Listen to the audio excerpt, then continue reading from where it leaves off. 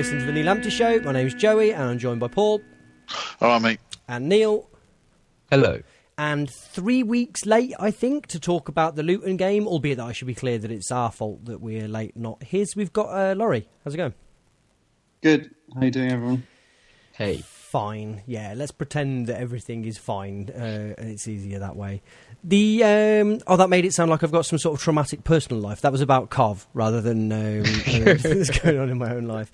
Let's start with moments of the week, shall we? Who wants to go first? Anybody have one itching to get off their chest? I don't think that's a phrase, is it? Neil, why don't you start us off?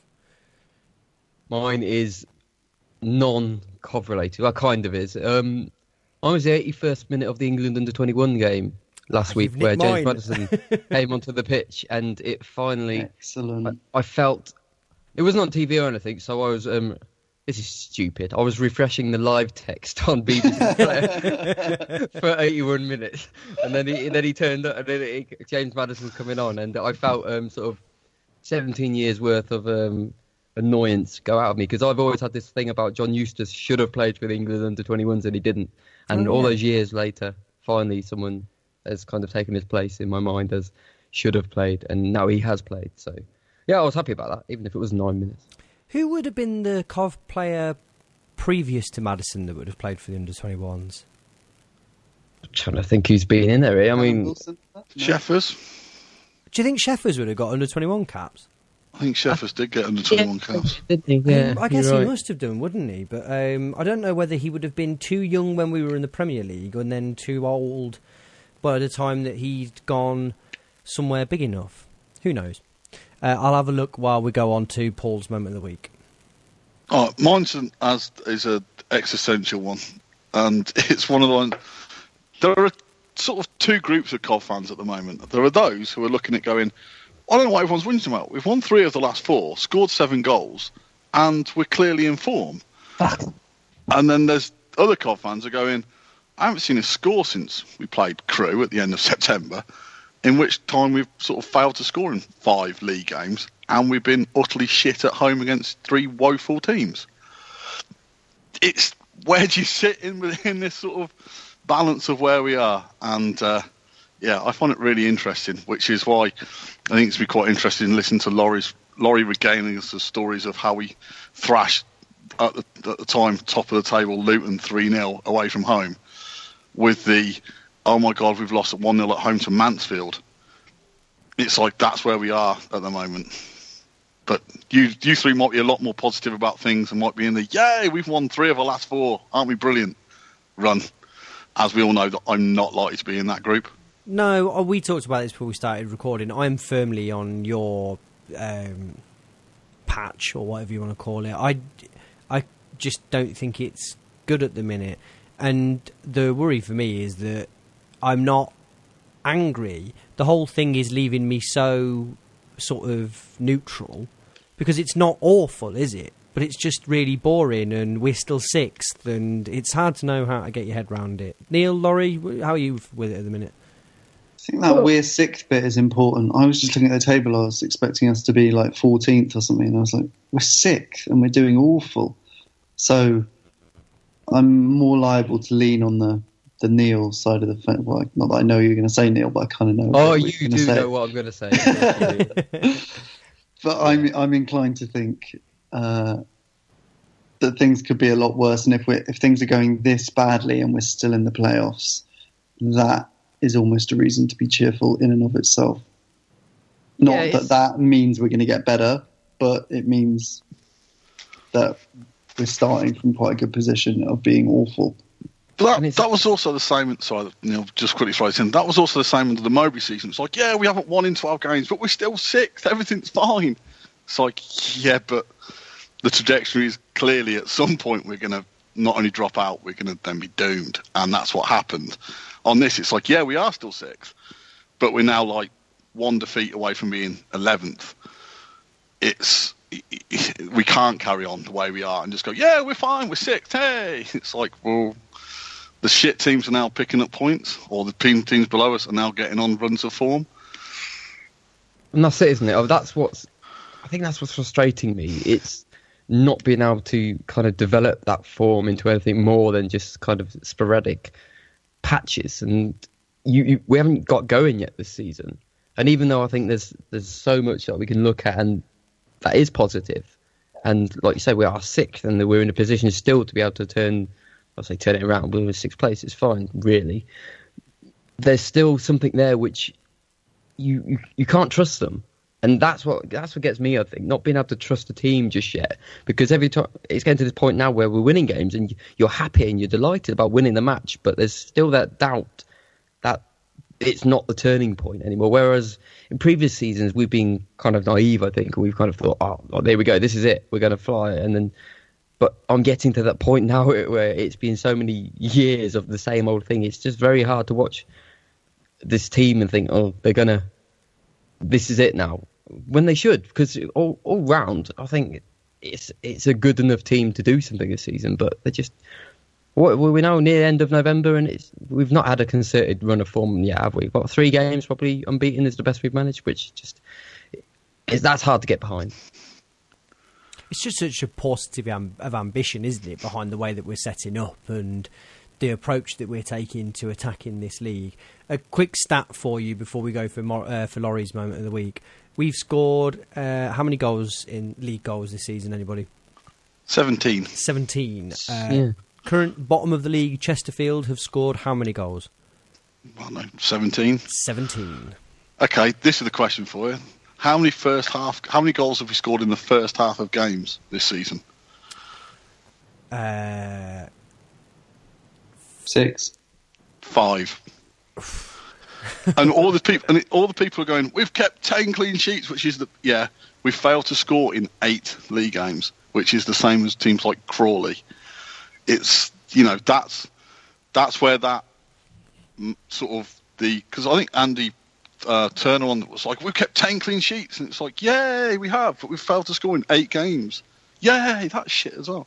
The other most interesting fact, of the 17 league games we played this season, how many times have both teams scored? I say 0, maybe 1 or 2.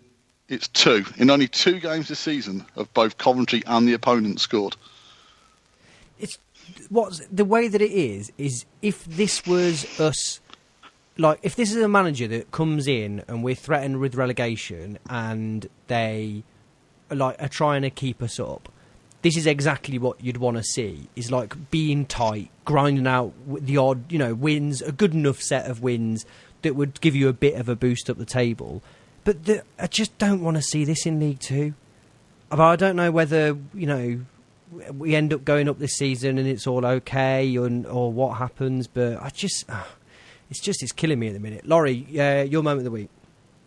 I was actually stressing about this in the 5 minutes before I came on, because I was like, tried to pay no attention to Cov at all this week, and then I realised what had happened today was that, embarrassingly, another James Maddison themed moment of the week. Oh wow! He had responded to my tweet today about his debut, because I was chatting to someone else on Twitter about, I thought I'd seen his debut at Boreham Wood Friendly. Apparently not. Apparently his friendly was at Nuneaton a couple of weeks before in pre-season 2014. So getting James Maddison to remember me a year and a half after he left, that was my moment of the week. Question for you two. So if there is ever a job as James Maddison's either publicist or personal historian, you two are the front runners. The reason that I know so much about what's going on with Maddison is because of you two. The question is, if there's only one position available, who gets it? God! I do have a shirt with his name on. Do you have that, Neil? I fashioned one out of a Sainsbury's bag. Does that count? All I'm going to say is it's going to be the dullest episode of Mastermind on in about 20 years. First is Laurie Kilpatrick, special subject, James Maddison. And next is Neil Allison. Oh, special subjects, James Maddison. Oh, my life. Nola, who would you... general knowledge bit. If you had to pick a Cov player as a Mastermind subject, who would it be? That's a good question.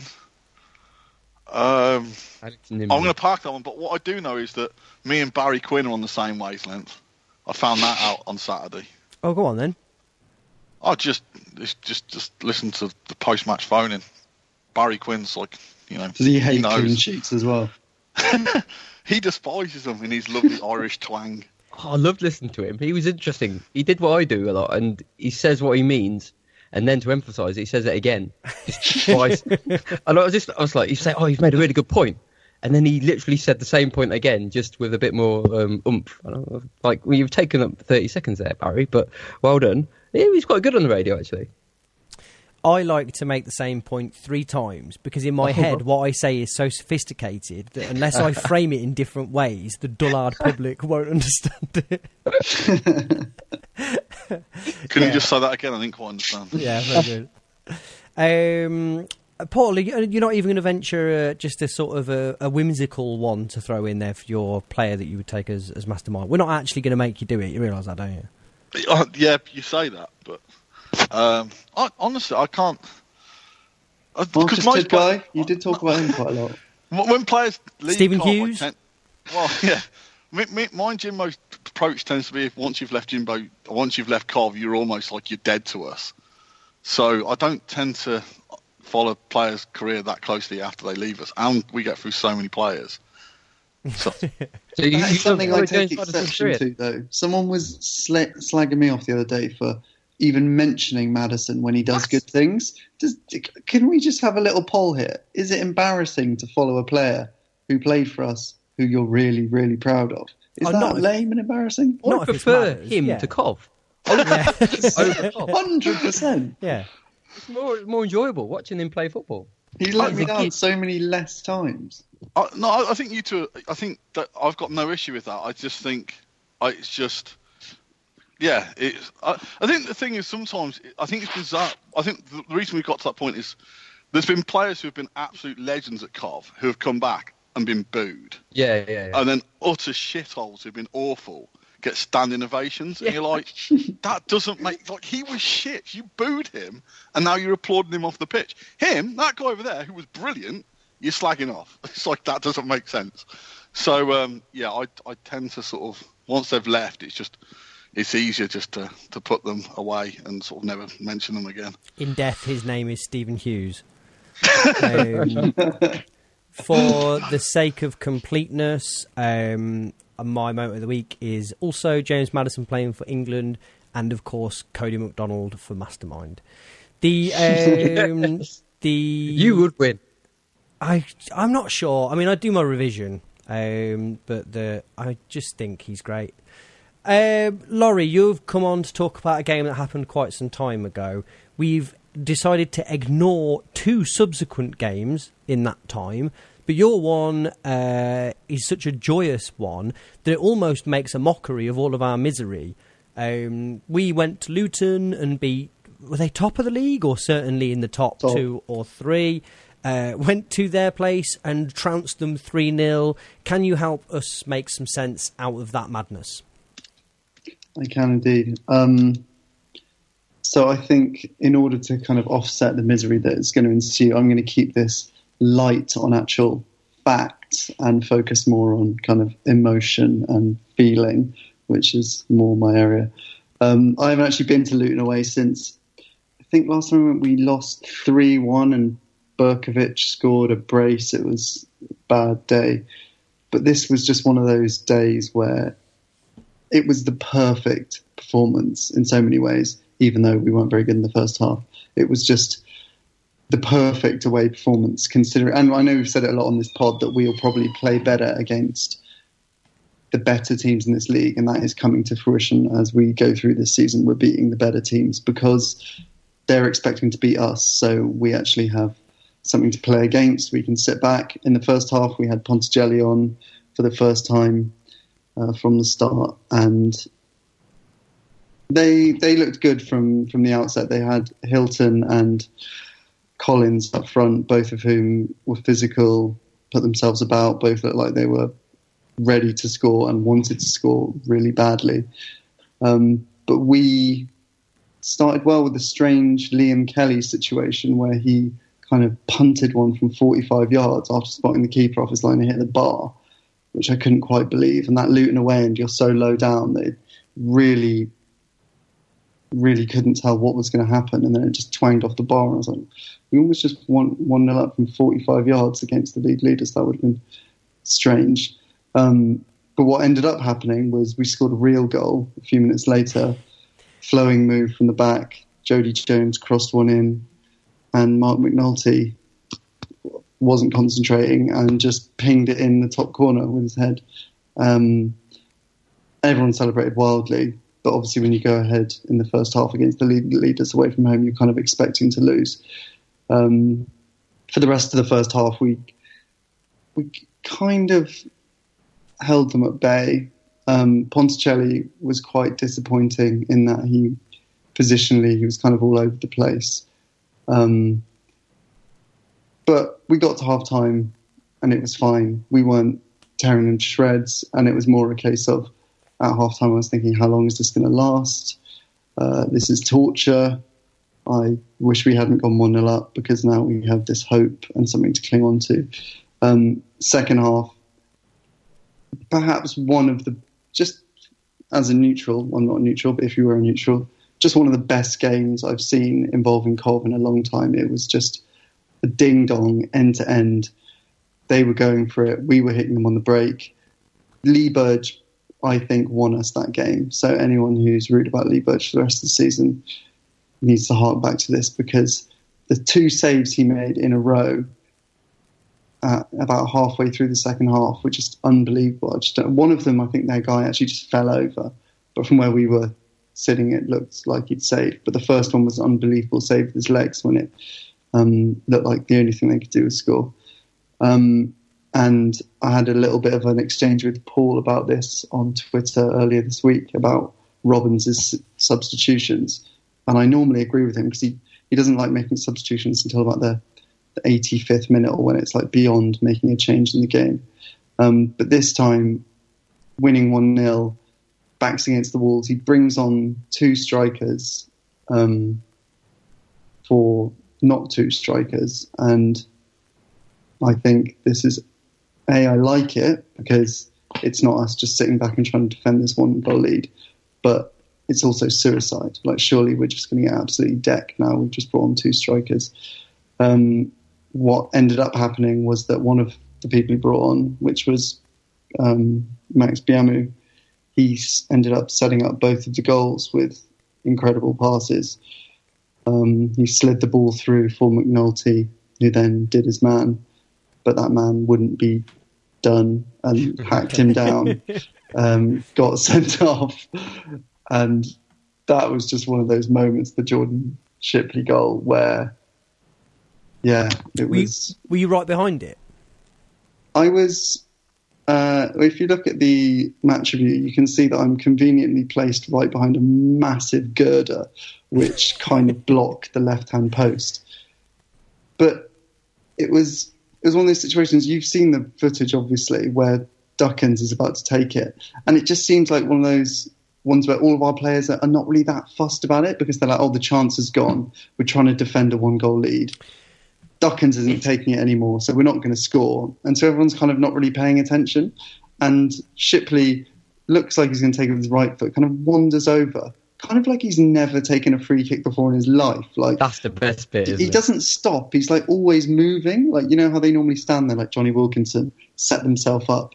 He just kind of, he's wandering around, and then it's like someone shouts at him. He's like, oh, better get this done before the ref stops me for time wasting. Somebody, let me just butt in for a second. Somebody said what he did on Twitter specifically, that ambling around is apparently calculated. Apparently he deliberately, and this is something that he's either does in training or whatever, or has been taught to do, he originally shapes to take the free kick from the other side to put the goalkeeper on the wrong side. So that's amazing acting then, because then you've got Duck in cahoots with him as well, sort of stood there. Because I was watching it and I was thinking, right, Duck he's being the big, I play in the league above, so I'm just going to stand here and pretend I'm a free kick taker. And then it kind of felt like someone from the bench shouted and said, "Oi, get away from it," at the last minute. And Jordan Shipley was like, okay then. But then, like you say, I've seen people say other things. So I would love to know from old Shipley's sort of brain what was going on there. Was he just summoned to take that free kick, or was he kind of loitering, planning something well ahead of time? Because it was just it was just fascinating. And then, like you said, just to quickly just going to nip over to the other side now and quickly slot it into the top corner, and it was an absolute rocket. How just to side foot it with that much pace was stunning. But so happy. It's pretty much. I mean, Laurie, you were there, I'm not. It's been a long time ago. I think it's pretty much in the centre, isn't it? But the keeper is a long way to one side, and he just drives it. I mean, the keeper, even if he was in that side, would have struggled to get to because of how accurate it was and how powerful it was.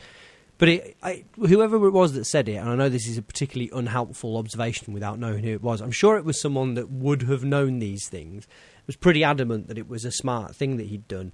But either way, it was just so perfectly struck, wasn't it? And we've talked about his set-piece delivery so far this season. It's really good to see that we've got another young player coming through who seems to have some valuable assets. Yeah, I mean, instead of, to quote a previous guest, instead of being interviewed by Mist, it would be good if those are the kind of questions that Mark Robbins got asked after the game. Like, who told him to take that free kick? Why did you do that? Can we have a little bit of background on that? All this stuff we need to know. But it was just unbelievable. It reminded me a little bit of, do you remember one of Jacob Murphy's first, it was actually the game Maddison got injured, Walsall away during the Magic season, when Jacob Murphy absolutely dinged one from a corner into the far corner. And this was probably not as good as that, because that was absolutely unbelievable because the ball was moving. But yeah, just a sublime hit, and I don't think I hope he recreates them, because the guy next to me standardly was like, we'll be watching those free kicks for the next 5 years going over the stadium. I was like, do you have to ruin the moment right now, mate? We're just about to beat Luton. Like, please don't say that. Neil, was that you? Sounds very much like something I would be venturing at that point. Sit down, everyone. This is the last time you'll see this. It's offside. Come on, guys. But to mention Nazon for a second there, he actually, before that free kick, he fluffed a chance which looked like it was going to be so important. He was through on goal, and instead of just hitting it first time and backing himself, even though he's one of the best players in the division, he took about 5 touches and lost the ball. Thankfully, that didn't turn out to be an issue, but he just has this arrogance, doesn't he, where he doesn't, which is why I was so surprised he gave up the free kick, like really surprised. And then when he scored the third goal, finally, he again took way too many touches, but ended up kind of shanking it over the keeper and into the bottom corner, and then celebrated as if he just scored like a Panenka, but he kind of fumbled one in League Two. But yeah, it was just an unbelievable day, and I was very sad that you didn't make it, Joey, because I thought you were going to come, and then you didn't come, and it's just, that's why you keep going, isn't it? Just for the hope that something like that might happen. And that was why it was so brilliant, because I went into the game with absolutely zero hope. I was like, this is a dead cert. We're going to get licked. I put a $5 on us losing by 3 or more goals, and it was just staggering, like the way we played. We weren't that good, were we? No, we weren't that good. That's what made me laugh, because like I was watching it and we went through patches of being good. So when we scored the goals, within those sort of periods of 5 minutes, we were showing like really good quality. But then there were like sustained periods where we were fucking dreadful, and it was like I couldn't enjoy it. And then that, like you say, that second half, as it edged towards the end of the game, and then those final sort of 10 minutes with Biamu and Nazon up front, it kind of changed everything, and it made it worthwhile. I could kind of forget about how crap we were for much of the game, because we actually finished off a team in a really pretty ruthless fashion. Do you know anything that's going through my head? It's 2 things going through my head for you, Laurie. One of them's pure hatred, and the other one's pure jealousy. Because you went to Luton and saw us win 3-0. I went to Atkinson and was bored rigid. I saw us play Forest Green, Colchester, and then Mansfield. And we didn't have a sniff of scoring 3 goals in those, 5 games or 4 games?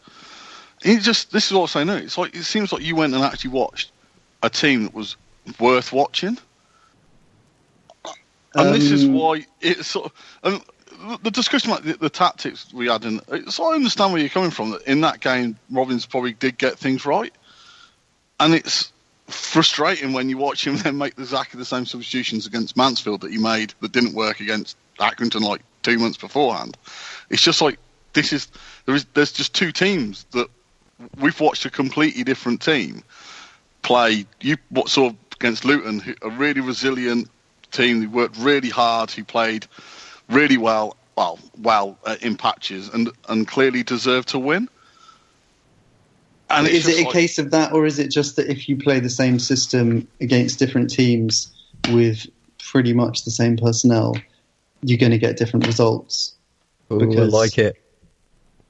It's just a million monkeys, but no, that analogy isn't going to work. But do you see what I mean? Like, commit to it. I love it. I think you're on. Go on, torture it for us. Well, if a million monkeys hit all the same keys in the same order every single week, they're probably going to write something good one week because someone different's reading it. But if someone else reads it, then it's going to be really bad. I don't know. But sublime. Against Luton, we weren't, like Neil said, we weren't great for large patches, but there were elements of the team that were amazing, like Rod McDonald and Jordan Willis were amazing. They were faultless for the whole game, whereas against Accrington, they were shit. They were awful. Like, their distribution's always bad, but it was particularly awful against Accrington. And then against Luton, it was passable, and the things that they're good at, they did really well. Liam Kelly and Doyle got away with being defensive because that's what we needed in that situation. Someone was absolutely laying into Doyle on my Twitter this week, saying he was shit and he should be benched and he offers nothing. Are we just going to go in circles of that the entire season, the central midfield partnership of Kelly and Doyle? Because, like, we know what we get from them. I'm not saying I love it, like I love Ben Stevenson, but I also know that every time Ben Stevenson plays, and it's not against a non-league team, we seem to lose. I think the problem is Doyle can't do it on his own. He needs Kelly to do it with him. The question is, could Kelly do it on his own alongside Ben Stevenson? I don't know, but Doyle can't do it. So against Accrington, when it was just Doyle, the game passed him by way too much. And the other thing came out the Luton game was, I just checked the thing on my phone. It's like Liam Kelly, it said Kelly assist and McNulty goal. It's like, great. Finally, we've scored a goal which doesn't involve Jody Jones. And then I saw the highlights. It was like, that's Jody Jones who's crossed that ball in. I watched the goal four times going, that's definitely Jody Jones. And it's like, it's all right, Jordan Shipley scored. Oh, so that was a set piece. Great set piece, but that's a set piece. And then Nazon, it's like, so still, in open play, the only goal we've scored in open play in the league this season that didn't involve Jones or Nazon was Nathan Clark's pass to Mark McNulty against Grimsby. And it's like, that's just still phenomenal. That's a set piece, if you ask me. Who put the cross in for Grimmer? That was Kelly. That wasn't an open. Okay. I was saying open play. Oh yeah, yeah. Course, yeah. So we've scored 15 goals. We've scored an own goal, or they've scored an own goal for us. We scored 2 from set pieces: the Kelly to Grimmer and the McNulty one. No, the Shipley. How are we counting our goals in November? This is absolutely mad. Because we scored 17 of them. I can. That's what I mean. How is it possible? It's just ridiculous. But you can also, because we've conceded so few, you can remember most of the goals against us as well. It's just there hasn't been many goals in golf games, which is why we're having this discussion. Let's move it on to talk about another game where there wasn't many goals then, Paul. So you were at Mansfield and you weren't over the moon, were you? It was a home game against a team who didn't want to lose, and they came. And to be fair to Mansfield, they were more offensive and they were more attacking than most other teams have been against us. But for the first 15, 20 minutes, we were the better side. But Doyle and Kelly were sort of trying to win the ball back really high up the pitch. We were hassling the opposition quite high up the pitch. McNulty was getting on the ball in dangerous areas. He didn't do anything with it. Like, he had one long-range shot, but he was getting in dangerous areas. Jody Jones was buzzing around, going from the left wing to the right wing. Vincenzi was involved and not useless. The first 15, 20 minutes, we looked like a team who were going to go on to win it. And then on the 20th minute mark, or around there, Mansfield had a chance where their left winger ran in the space behind Grimmer. They had the ball bounced around a bit. And from that moment onwards, we settled back into, whoa, we don't want to lose this game. We don't want to be overly adventurous. And I don't think from that moment on, Jody Jones really switched wings. Like, Vincenzi was awful. I mean, I know he's been better recently, but the amount of times the ball went to him, that it just went through him and out of play. Yeah. And he just slowed it down. I mean, Vincenzi was... The problem with playing Vincenzi is he's a very defensive right-sided midfielder. He's, he wins a lot of ball in the air, but he doesn't create anything. He's got no pace. So he's another defensive player, which is all right if Jack Grimmer's bursting past him or around him. But their left winger was obviously a good player and was a player that we were slightly concerned about. So Grimmer didn't raid forward.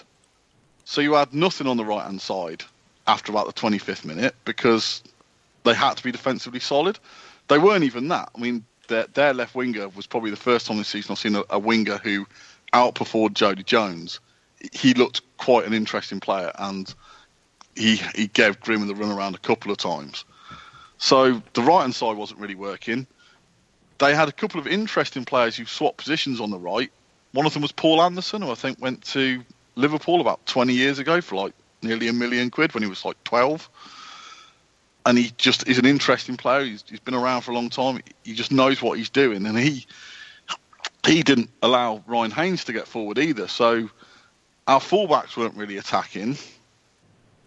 So we were basically playing with our front two, who we played so many long balls into the channels. And it's not fair on Ponticelli or McNulty. They're neither quick or strong or physically dominant. So they're just chasing these aimless punts into the corner. And it's just like, this. How are you expecting to score from this? What's the game plan here? And we ran out of ideas quite quickly. And Mansfield had a couple of chances. They had one that hit the post in the first half.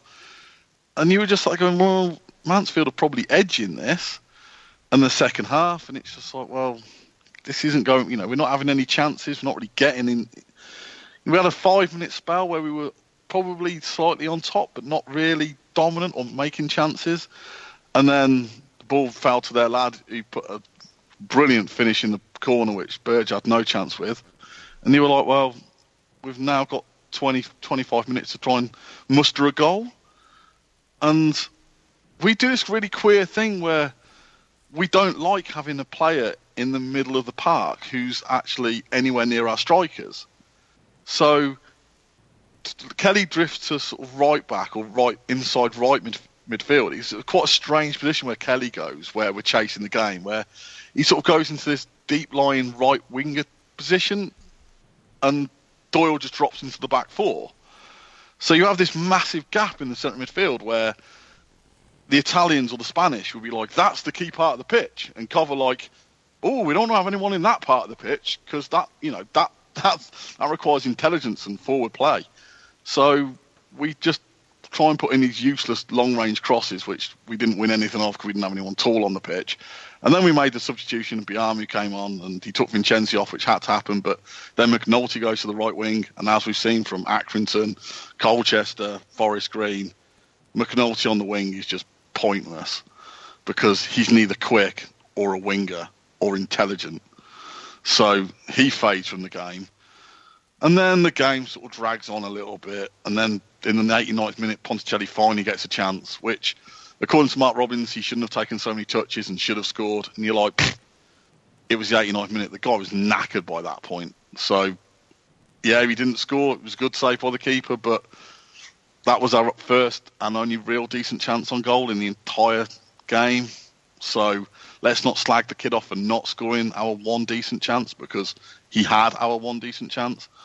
And then we lost. And you're like, this wasn't very good. And as Jimbo said, the problem with this game is this is the first time this season where we've lost at home, and it hasn't been due to an unfortunate goalkeeping error. We were just second best. We were second best for 90 minutes. And we know we have these problems. We've known we've had these problems all season. You look at the bench and you're like, is Dion Kelly-Evans injured? Is Dion Kelly-Evans because we need someone else on that? Grimmer went off concussed, so we put Jordan Willis at right back, and you're like, well, Jordan Willis isn't an attacking right back. If we had Dion Kelly-Evans on the bench, at least you've got someone with mobility. The bench is just poor. It's just there's nothing there which is inspiring you to bring on. Biamu came on, he's all right, but you go for our 6 strikers. It's like Bevan scored 1 goal at the Rico since he joined. Miamu's never scored a league goal at the Rico. McNulty's never scored a league goal at the Rico. Ponticelli's never scored a league goal at the Rico. Someone who's got 2 in 7 appearances at the Rico, Kwame Thomas, is nowhere near the squad. You're like, there aren't goals anywhere in this team or squad. So we're chasing a game which we've been doing we've done this season. We did it against Mansfield. We did it against Colchester, where we desperately needed a goal with 20 minutes to go against 10 men. We did it against Forest Green. We're making exactly the same choices on the pitch. The players making the same decisions. The manager's making the same decisions. And it ain't working. And we've still got another month and a half before Christmas. It's like, well, I haven't seen a score since the end of September. I'm not going to see the next 2 games. So the next time is going to be... who's the next home game against? Someone not very big either. Good question. Can anyone remember? We should probably know this, shouldn't we? Yeah, we've got Lincoln and Stevenage. And then we've got someone at home. I think it's Crawley. Yeah, it might be Crawley. Yeah, you're right, yeah. Crawley are going to come, they're going to sit, and going to try and get away with a 0-0 draw. And until we get someone in the squad who understands the fact that everyone's coming to the Rico, when we sing "This Is Your Wembley," most teams, it is a big venue. It is a massive venue for them to play at. It's the best ground in rugby union. So it is a massive thing. We don't have that swagger. We have no arrogance about us. We have none of this. We're the biggest team in this division. We play like as Joey correctly said earlier. We play like a team who is trying not to get relegated, and that's great because teams coming in and going, oh, they're playing Doyle and Kelly. Oh, that means the centre midfield. We don't even have to worry about, playing an anchor man because there's no one in that number 10 role. There's no one drifting in between the lines. And I know people are going, oh, that's what Tony Adree would have done, but he's injured. But even then, even if he was fit, that still only leaves him and Jody Jones. He needs to come up with a system which gets more attacking players on that pitch. And it's not about strikers not scoring goals. They're not having chances. In the last 3 home games, we haven't created 20 decent chances or 10 decent chances. We created about 4. And that's the issue.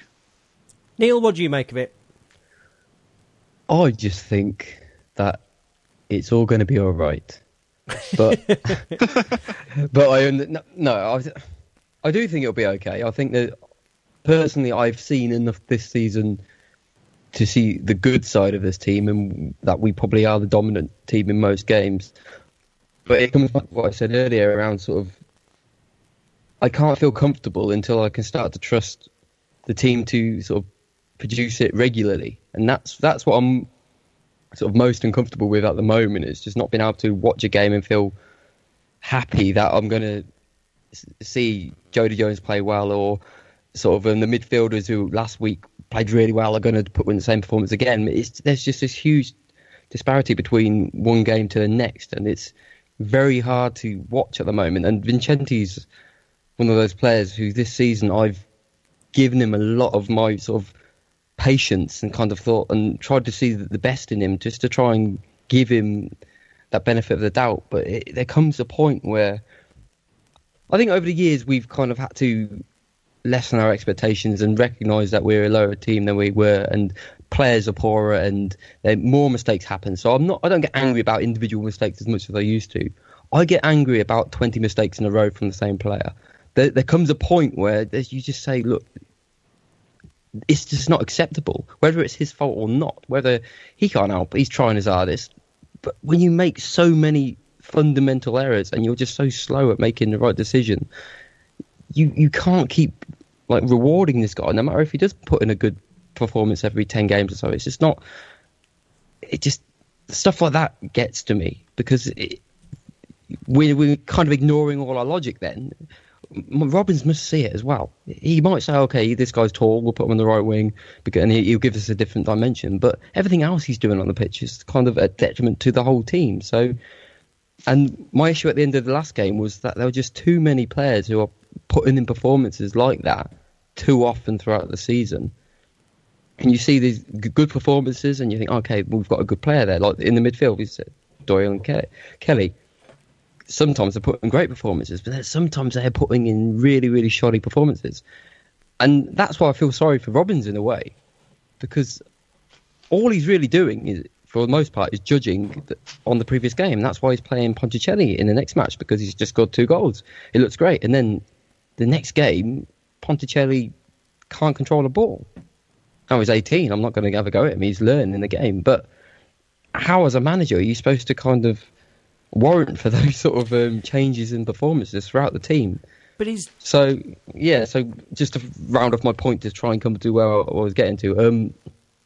So I'm not worried because I think we're in sixth, and I think we've got the ability to at least put in enough performances this season to win matches.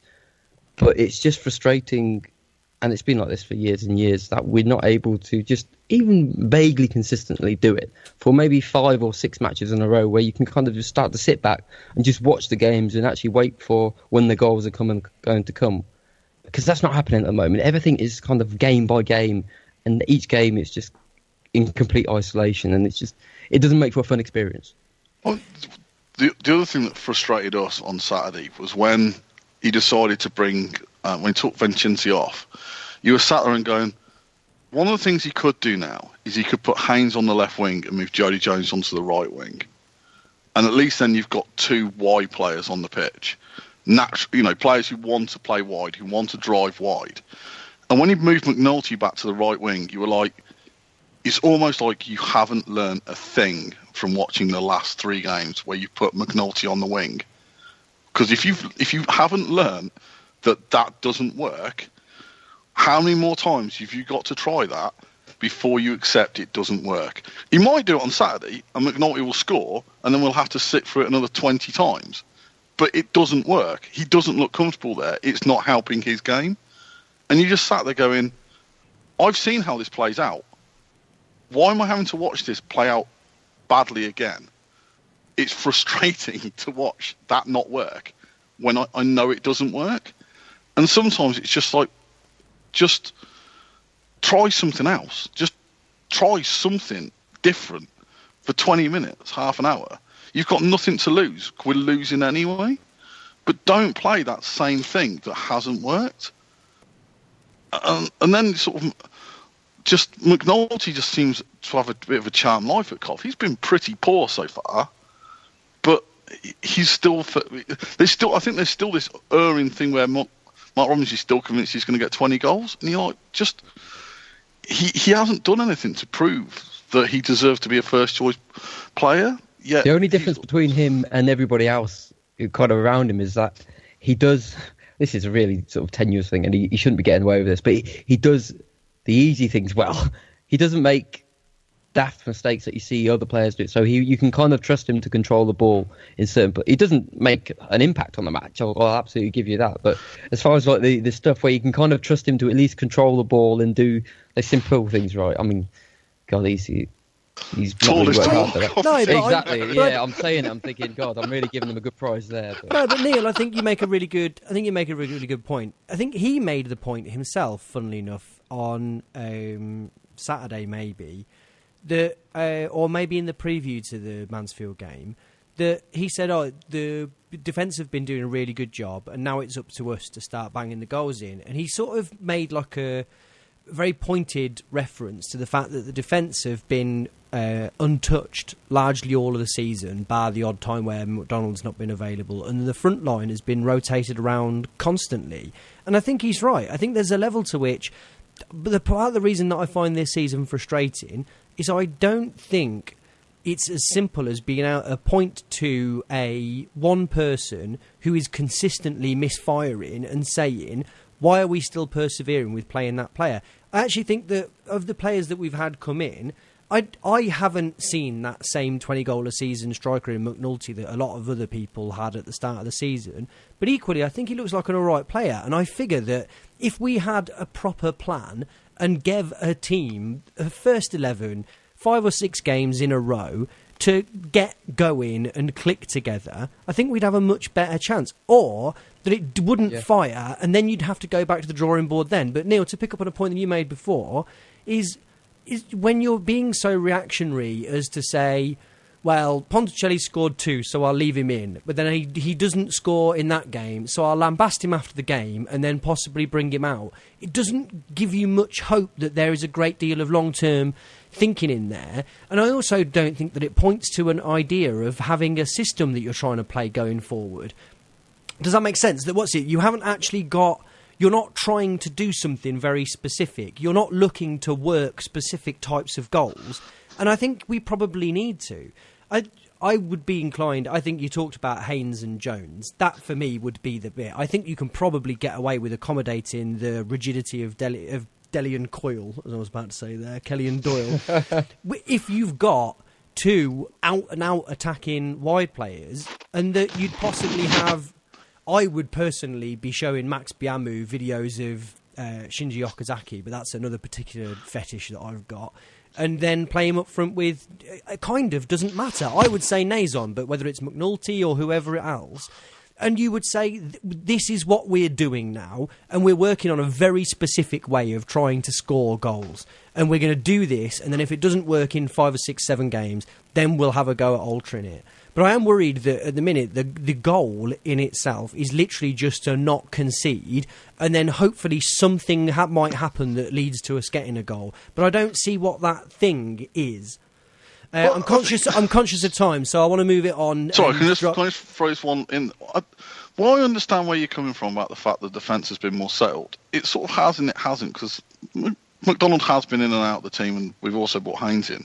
The major difference between the attack and the defence is we defend with 10 players, 10 outfield players. That's how we defend. We defend from the front. The forwards are expected to put in a defensive shift. We don't attack as a team. And that's clearly where we've got the issue, is we keep talking about Kelly and Doyle. They are a defensive screen in front of the back four. They are mainly there to protect that back four from the attacks. And we saw that against Accrington. When Kelly wasn't there, our midfield got completely overrun, and that's where we got screwed over against Accrington. So we keep those 2 there to be that defensive screen. And when we attack, and you could see it again, as I said, against Mansfield, when we were attacking, when we were chasing the game, we still didn't attack with more than 4 or 5 players, because Doyle and Kelly sat deep, extremely deep. They didn't get in and around the box in a central position where you could play a pass which would hurt the opposition. And it's not until we get a system where the manager's happy for a midfielder to get in and around the box. Let's face it, in 17 games, Doyle scored once and Kelly's passed the ball through to Nazon. That's been their attacking contribution so far in 17 games. We can all name hundreds of defensive contributions they've done. They do it every game when they put in 4 or 5 sort of defensive interceptions or tackles per half. But it's the number of attacking contributions has been extremely limited. Until Mark Robins comes up with a system where he's happy that midfield partnership is providing an attacking bend, we're going to struggle to score. It's not the personnel, it's the system, and the system is defensive. Even against Luton, ridiculous.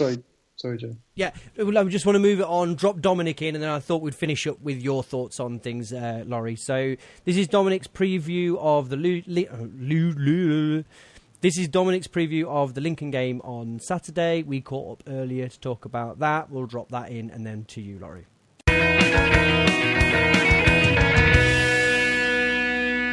Hello, Dominic. Hiya. Hello. So Lincoln away on Saturday.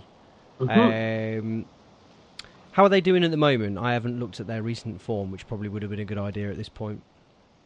Yeah, so last season, if anyone wasn't paying attention, Lincoln won the National League at Cancer, basically. And they also most notably made the sixth round of the FA Cup, where they played Arsenal, and for about 45 minutes were really in that game. And there's been a lot of talk about their managers, Danny Cowley, who I think takes the lead, and his brother Nicky Cowley, who basically used to be PE teachers until last season when he took over Lincoln, and have been working miracles basically. Because until last season, Lincoln were basically a really sort of mediocre National League side for about 3 or 4 seasons, where nothing was really going for them. It was sort of just a bit of a run-of-the-mill side, and then they came in and just really energised the place. As I said, winning the National League, making a really good FA Cup run. There was pretty big expectations heading into the season. They've been slightly underwhelming in that regard, but it looks like they're starting to pick up. They seem to be a side that creates a load of chances, but can't quite put them away. But the worm is starting to turn in that regard, and they're moving up through the gears and sort of just lurking on the edges of the playoffs now. So, getting better. Yeah, looking at the table, they've only scored 3 more goals than we have, so it's clearly that end that needs sharpening up for them and us. Which of their players should we look out for then? Well, last season for them, it was all about. What I say it's all about. A large part of their play went through sort of sending the ball forward to their sort of 4'3" target man, Matt Reed, who's also about 17 stone. If he'd had anything approaching professional level fitness, he probably would have gone a lot further in the game. It's just about sort of him physically bullying players. Just the way he can take the ball down is really skillful, especially like from his chest. He's sort of the archetypical sort of good touch for a big man kind of player, but it is noticeably really good. I think partially because his fitness hasn't been as involved this season. So there's been a lot more emphasis for Lincoln around sort of the pace and wide areas that they have. Nathan Arnold, who they had last season, who scored, got into double figures playing out wide for them. He hasn't had such a great season. He's sort of been phased out the side too.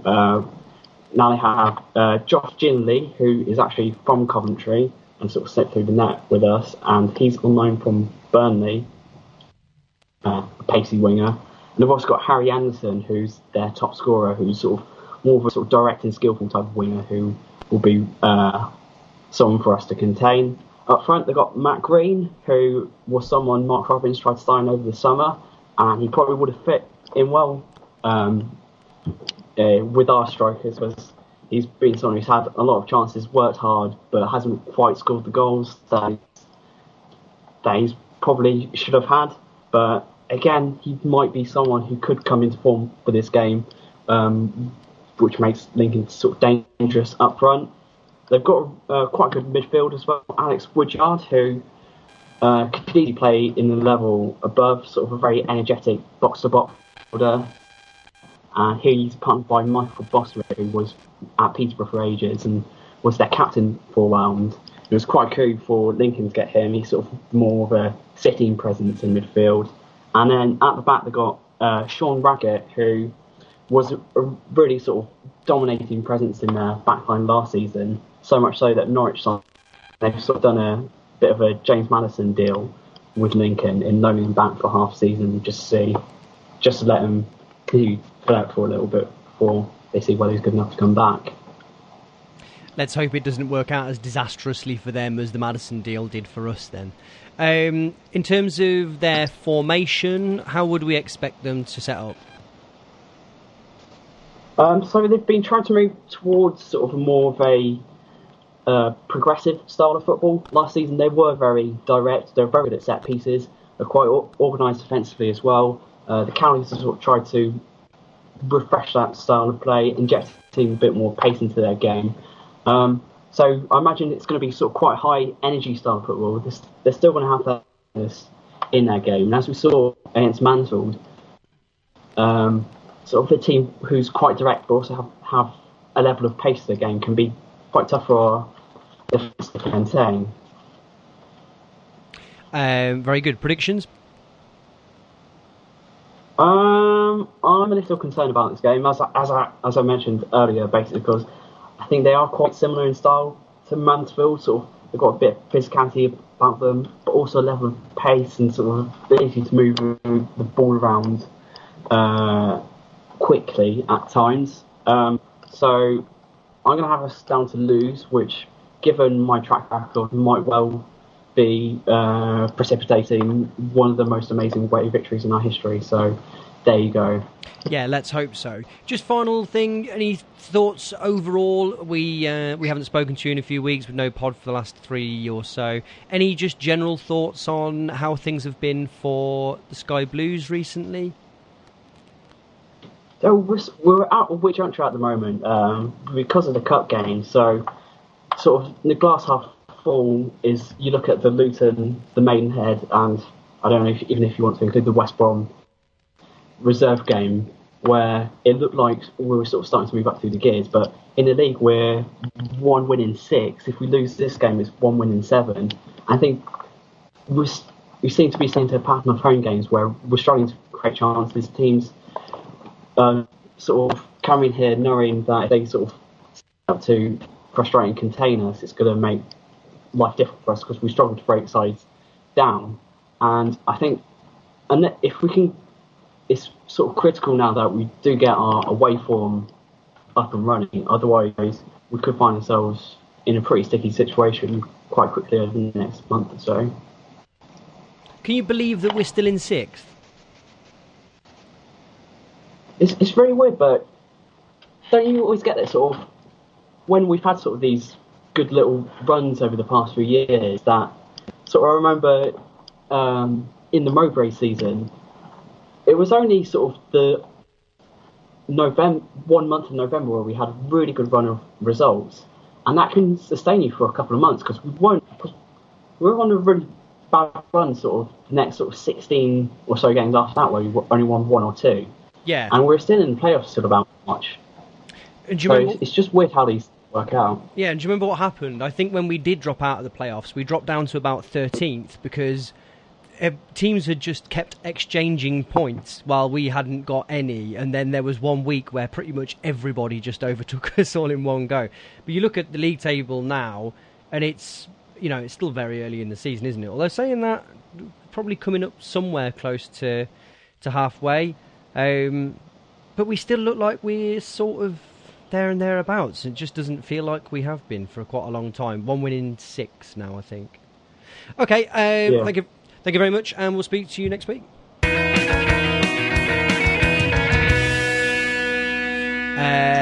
Okay, that's Dominic. Thank you very much. Remember, it's www.sidewayssammy.wordpress.com to find his game previews and all of his other writings. Laurie, you've been uncharacteristically quiet for the last a little bit. I just thought we'd finish off with your take on the sort of overall situation, and then we'll wrap things up. No, I was just going to pick up on what Paul was saying there in terms of just raw figures. Even against Luton, when there was a ridiculous situation when we were out on the right-hand side, and it was Grimmer, Kelly and Vincenti, and they spent about 45 seconds kind of passing the ball between the three of them. There were 3 men in the box waiting for it, and none of them would put a cross in until eventually one of the Luton players tackled them. And then Jody Jones came over and was just screaming at Grimmer, like obviously saying, "What the hell are you lot doing?" Like, it was almost as if we just couldn't put more than 3 people into the attack, and those 3 people were in the box. So no one could cross it because that would then commit another person to the attack. So, and he was saying, just put it in the mixer. And they're like, but we're not meant to. It was just, at that point, that was like the best moment of our entire season, with beating the best team in the league. But yeah, I would tend to agree. I would love to see Ryan Hens playing on the left-hand side with Jody Jones on the right. And I'm a little bit nervous about Lincoln. But, I mean, Lincoln are a reasonably good team as well. Like, I fancy us more away from home against a good team than I would at home against a crap team, to be honest. So I'm actually quite optimistic about Saturday and then Tuesday. We'll get to go to 2 games in 4 days, which is nice. You would have to fancy a 0-0 draw on Saturday, as I said when we spoke to Dominic, they've scored 20 goals this season. They're in 8th, and I expect that they will come to us not looking to rock the boat. They will expect us to be an all right team and not look to try and trounce us. I can see it being the worst game of the season on Saturday, and that in a season of terribly low quality games. I'm getting a klaxon just saying the word cagey. Yeah. I think that Luton result will just, teams will look at that and think, oh, Coventry, on their day, they can annihilate you. Yeah. Little do they know, we cannot. We won't annihilate anyone. We got, I don't like to call that Mark McNulty goal lucky, but it wasn't even really a chance. It was a cross from deep that someone headed from almost outside the box into the top corner. Wow. That's not a chance. Let's revisit your attempted analogy earlier. Mark McNulty has attempted and fucked up much easier headed chances against Chesterfield and against Fleetwood, I think. 2 really good headed chances. And it is a little bit like if you throw enough shit, eventually some of it sticks, doesn't it? It was a really good header, and I'm really pleased he scored it because I want it to give him a confidence boost that I am now tearing down if he ever listens to this. But there is a bit of it where you kind of think, yeah, if you keep having headers, one of them eventually will go in the top corner. If you kept whacking balls into me, I'd probably be able to head one in the top corner eventually. So yeah, I don't think that means that he's now going to go on a mad run. As much as I hope he does, but I've seen him miss much better chances to think that wasn't his amazing aerial prowess. He hasn't all of a sudden turned into Didier Drogba, has he? No. And that's what's scary about the Luton game, because much as it was the best day I've had as a Cov fan since Wembley, if you look at it from Paul's perspective, we scored a fluky header.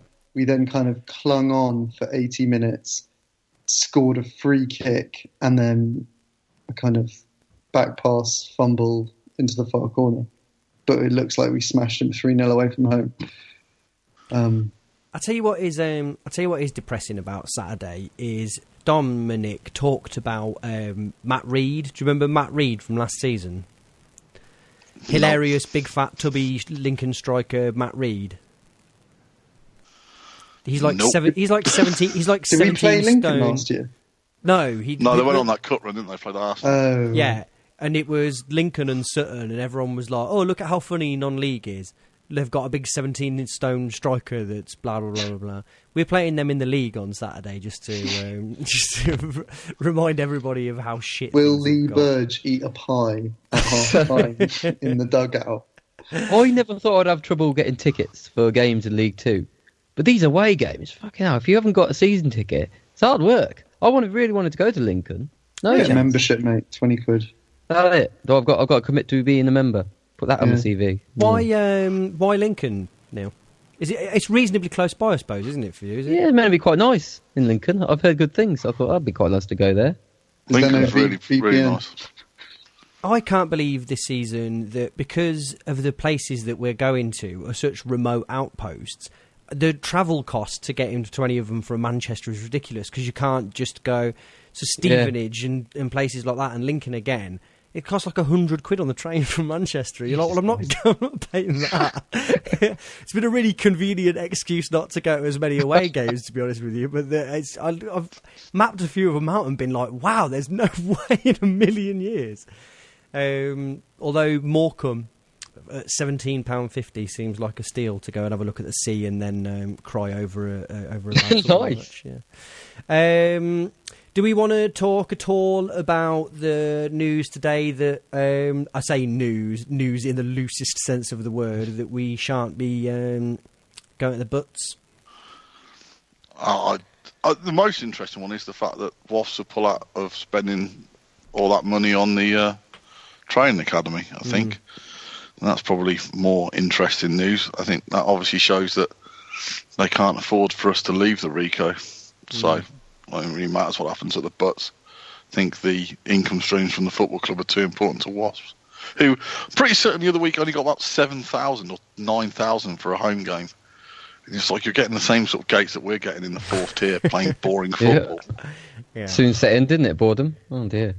Yeah. Well, they're not doing particularly well this season, are they? They're sort of the glory supporters going to have to look somewhere else for their glory in the. And they can't go to the Speedway team, which is being shafted by the council as well. Who knew the council could be a bunch of bastards? Who'd have thunk it? And of course, presumably, what's his name? Dale Thingy. Oh James. God. It's all gone quite over here, isn't it? I was expecting the deal to be done by now, but we'll look forward to I that happening. hate him. I think the fact he's gone quiet is probably all round good. Yeah. But I think he has gone in with the Gary Hoffman consortium, which just means that consortium has whatever that consortium are doing has more money. We hope, but it's You can't be a consortium for 10 years. Make your move. Just can't build up a group of people and can we be a consortium? And then we are a consortium. Yeah, a consortium. At some point in the next 50 years, we will buy the club. Not saying when, but just put that on the agenda. the Neil Lamptey AGM. Agenda number 1. When are we going to buy the club? A couple more years. Agenda number 2. Oh, trust me with the club more than Mr. whatever his surname is, Evans. Possibly. I mean, these are very. These are Thank very. you for that ringing endorsement there, Joey. These are very Sisu style promises, really, aren't they? I mean, there is no distance between Sisu saying when we were playing in Six Fields, we will have bought a ground by now. We might as well say we're going to have bought the club. We're going to buy the club in 3 years, ladies and gentlemen. If everyone else is saying it, why can't we do it? Put that the limelight. Get that on the back of the. Tell Gilbert to ring me up, and we'll do an interview tomorrow. I am personally buying the club, and I'm changing the name to Neil Lamptey Rovers. The most bizarre thing is, how can someone who's that good at poker show their hands so quickly? Yeah, he's obviously not won the hearts and minds of the. He's feeling flush. He might be a diamond amongst the rough. I think I did all of these on Twitter about 3 weeks ago. Yeah. Not like you to overdo a joke on Twitter. Yeah. So that's that. Let's very quickly do some plugs. There are 2 fabulous Cov City related books out very recently, just in time for Christmas. There is Steve Phelps's 29 Minutes from Wembley, the inside story of Coventry City's 1980-81 season, and Jim Brown's Play Up Sky Blues Champions 1967, Coventry City's Rise to the Top book. Both available on the internet and online. Yeah, online, or if you surf the websites. And also available in shops, I imagine. I've got both of them in front of me here, and I've started Steve's, and it's very good from what I've read so far. But we will finish them at some point, and then get Steve and Jim on the podcast to talk about them as soon as we get ourselves organised enough that we get back to doing this regularly, I suppose. Steve's a lovely writer. He's so darn readable. I would implore anybody to grab that book, because especially for people around our age who wouldn't have been sort of familiar with that sort of era, it's well worth having a read, because you just learn something. And Paul, for people around your age, it must be nice to reminisce about the 60s. And also for the Crawley game, Steve and Jim Brown are doing signings before and after the Crawley game, and there's a couple of former players going to be there. Blair, Thompson, Roberts, Bodak and Dyson will be in the Rico Auditorium before and after the game, so you can go down and meet some of your heroes from years gone by. Do we have a mad amount of former players with a first name Blair? Good call. Adams, Turgut. Why did we get rid of him? He's brilliant. Isn't he playing for Boreham Wood? He is. He yeah. is. Yes, he is. Yeah. Killing it. Expect Is anyone him to going come to back and Boreham Wood? haunt What us. day is the Boreham Wood game on? Sunday. Lost. But according to the Cov Telegraph, could still change. Ah. Hey, Is it actually a wood? That probably was back in the day. So it's not now. Who will Don't be think woods. who I've will been, be no, playing there was next? no wood. Farthingwood.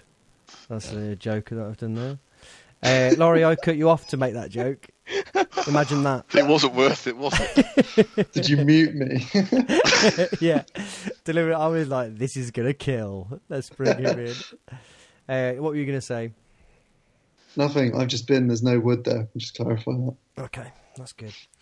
Every game this season has been bore them wood. Make it happen, Joe. Go on. Bore, Give yourself a lot of run. Borum good. bore, Commit to it, and the crowd will love you. the wood borum. Okay. I'm talking is this thing on? Talking of woods, on Saturday before the game, we were in the pub, and it was Rotherham versus Doncaster on TV, and Doncaster put the ball in, and we were like, "Is that an own goal?" And it was a great finish by Richard Wood, an absolute screamer of an own goal. The sort of thing where you're watching the keeper, and the keeper's sort of watching the ball, and then he looks at the striker, because obviously the striker's going to try and score, but because he's taking his eye off the ball to look at the striker, because Richard Wood's touch is so perfect, he basically nails the ball above the keeper's head, and the keeper's got no chance. It's an exquisite finish. If you get the chance, watch Richard Wood's own goal. Wood is ridiculous. I wonder how many he's got in his career. What's his face? Oh, bloody awful player. He played for Chelsea, then played for Leicester's the record Frank in the Premier League, isn't Frank it? Sinclair. Yeah, God, he was awful. I think Richard Dunn is the. Oh, is it Richard Dunn now? I think so. Richard Dunn or perhaps Jamie Carragher. Yeah, Jamie Carragher. Phil Neville chipped in with a good few as well. I'm going to look this up on what is going to make thrilling radio. Oh, Gary McSheffy didn't play for England 21s. He played for England's under 18s and under 20s. Chris Kirkland played for England's under 21s, but I'm not sure if he played for while at Cov. The only other player I can think of is, did Davenport play for England's under 21s? Oh, he must have done. Good shout. It is Richard Dunn with the most own goals. While you're looking that up, I'll just pick up on the Chris Kirkland thing. Did anybody listen to his interview that the Football Ramble put out? No, I missed that. Oh, it was super. Wait, about being depressed. No, it wasn't actually. They didn't touch on that at all. What was absolutely fascinating, I know we're running a little bit long, but if you don't want to listen to this, you can just turn it off as a podcast. He talked about the sort of movement through Cov and then to Liverpool and Wigan and the different injuries he's had and the different ways that it worked for him. What was really fascinating was he talked about Liverpool. He said that as a kid, he'd been a Liverpool fan. He loved playing for Cov, really desperately loved playing for Cov. He said he'd never have joined anyone but Liverpool. He said when he went to Liverpool and he was doing okay in between injuries, they had an English goalkeeping coach, and he said ever since it was Jim Blythe, who'd been roughly speaking doing the same thing, and he knew what worked for him in training and what he wanted to do. And he said at Liverpool where it went wrong is Benitez came in, brought in a Spanish goalkeeping coach who didn't speak any English and didn't really talk to Kirkland in any way. And then when Kirkland went to Benitez and said, look, my performances are dipping, but I'm not training the way that I want to do. Benitez was like, deal with it. That's how you train now. And so he was like, oh, hell. And then he never really picked back up again. When he joined Wigan, they specifically said to him, what do you want out of this? And I think it was Steve Bruce. He said, look, I've got this big problem at Liverpool with the goalkeeping coach. He said, I don't like the training that I'm doing. It's not getting the best for me. And so he went there. They gave him, he's like a goalkeeping coach that they had a really good relationship. Then he said when Martinez came in, Martinez brought his own goalkeeping coach in, again, who was a Spanish player, a guy that didn't speak any English. And Kirkland went to him and said, hey, this literally happened to me at Liverpool, right? And I know how this is going to pan out. He said it doesn't work for me. And he was their player of the year the season before. And Martinez just said to him, no, deal with it. That's your goalkeeping coach. He said that the pair of them, he said that Martinez and Benitez never, ever, ever listened to anything anyone said. They just completely had it all their own way. With Benitez, he's got all them like Champions League wins and whatever, and or not, but actually, and all that stuff. You'd think with Martinez, you'd be like, you're not in a position to just tell people exactly what's going on. But I thought that was people, don't you? Yeah, I thought it was really. His whole interview was quite good. He was quite. He was just seen like a decent fellow. But it was a really interesting listen, just of how the mechanics of things work. You just think, even if you transpose it to any normal boring job, you just think if someone came to you and said, "Oh, this is what's going to get the best out of me," you'd be like, "Right, let's crack on and do it." Then they'd just be like, "No, this is how it works." It's like they're not robots, are they? Like everybody's different, so accommodate it. Surely, deal with it. At Liverpool with Benitez, you can almost see it because you kind of got you might want to go, well, why don't you give it a try or whatever? But at Wigan, when he's like, hey, this literally happened exactly, even with the same nationality, this doesn't work for me. He's just like, well, you're going to do it anyway. You're just like, oh Christ, not this again. It's sometimes hard to remember just how good Kirkland was when he broke through. Just how good you thought he was going to be, and how almost like, I think he's still only about 36, 35, 36. Yeah. You're almost like, oh, this guy, once he breaks through and gets into the Liverpool team and the England team, that'll be him. That'll be that position sorted for decades. He was, when he broke through at COF, he was brilliant, like absolutely standout brilliant. Talking about players who obviously you follow their career, follow Kirkland's career just because he was one of those players like you just watch him and just go, that kid's got it, whatever it is, he's got it, and it's a shame that he got those injuries and the career didn't pan out the way you sort of hope it would, but he was incredibly good as a 17, 18, 19-year-old. And he grew to monster height as well. How do you know? Because at 17 he was a regular human being, and then sort of overnight he grew to legitimate goalkeeper height. How do you know? They all seem to grow to the right height, don't they? He also said that when he was a kid, he was crap at football and wasn't a keeper. He said that he said he was a real late bloomer. He said that he was a bit fat and he was never any good. But he said he got a good work ethic. And when he had one like kids team that he was in, where someone was like, "Oh, why don't you try and goal?" and was a bit nice to him, he just worked hard. And then he worked hard enough that he ended up being like. What, for a time, I mean, he really could have been England's number one for a very long time, couldn't he? He was. How do you have a work ethic in goal, though? What's he doing? Running from post to post? But making sure. But just trained hard by the sound of it. So he would just put loads of hours in off the sort of typical training regime by the sounds of it. He just he listened to people and he did the right stuff and everything. And he went from being not very good. He was never like a natural talent by the sounds of it. He just kept getting at it and listened to the right people and did that stuff well. Yeah. Good on him. Right, let's bring it to a close there then, shall we? Laurie, thank you very much for joining us. My pleasure. Take care. Thank you, Paul. Cheers, buddy. Neil, remind people where they can read what's going on for you. I wouldn't bother for the next couple of weeks. I'm a bit busy, but skybluefog.co.uk. Yeah, in the future. Yeah, and apologies for the lack of podcasts in the last few weeks. We've all just been very busy with real lives. Laurie, I saw on Twitter that you asked, don't we do this full time? Alas, no. Although sometimes with the length Where's all my venture capital been going then? That's what I want to know. That's exactly very good point. The final point, as someone correctly put on Twitter, don't we have to sort of have an issue with Neil having sort of cash for questions? I think that was okay. I think it's a bit dubious. I don't get this reference. What's going on? The Viking that sent you a load of krona, perhaps, to fire off questions. That old thing. Oh, he didn't ask. I just I invoked it. I said, okay, I'm going to ask these questions. He only asked me the questions, really. So no, it's all legit, guys. Don't worry. No tax issues here. As well, we can be bought. Let's not beat around the bush on that. True story. Let's not be precious about this. We have been waiting 5.5 years for someone to bid anything at all. This, in fact, is not a podcast so much it is an auction, but an auction that's not received any bids on it yet. So if you've won £10 online on poker, throw it in, and you've just got all of us. You've got all of this this thing, whatever it is. Anyway, next week on the Day 11th podcast, we've Yeah. Very good. Okay, everyone. Then thank you very much, and thank you for listening. Bye.